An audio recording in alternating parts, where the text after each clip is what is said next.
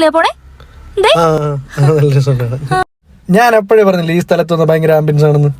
എന്നാലും നമ്മളിവിടെ നേരത്തെ വരേണ്ടതായിരുന്നു. അതാണ് ഈ സമയത്ത്. ഹലോ ഹലോ, പറഞ്ഞോ കേക്കാം. എന്ത് സീനറി. ഒരു മിനിറ്റ്, ഒറ്റ മിനിറ്റ്.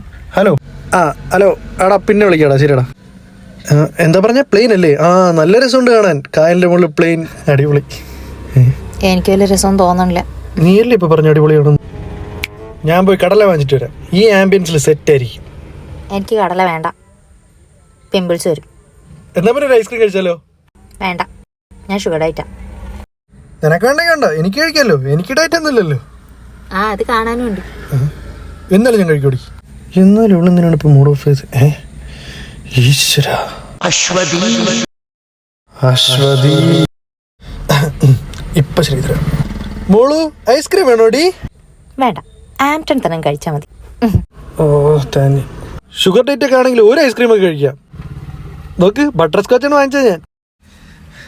ഗൈസ്, നിങ്ങൾക്ക് ഞാനൊരു അഡ്വൈസ് ആട്ടെ.